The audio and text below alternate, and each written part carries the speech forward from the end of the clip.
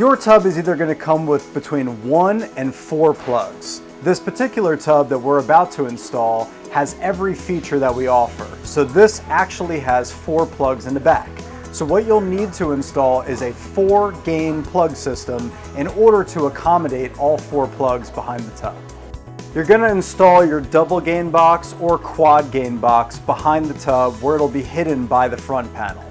You want to also install a GFI, but do not install that underneath the tub. It needs to be somewhere where the customer can access it in case they need to reset it. Also, this needs to run on a 20 amp circuit to a 20 amp breaker.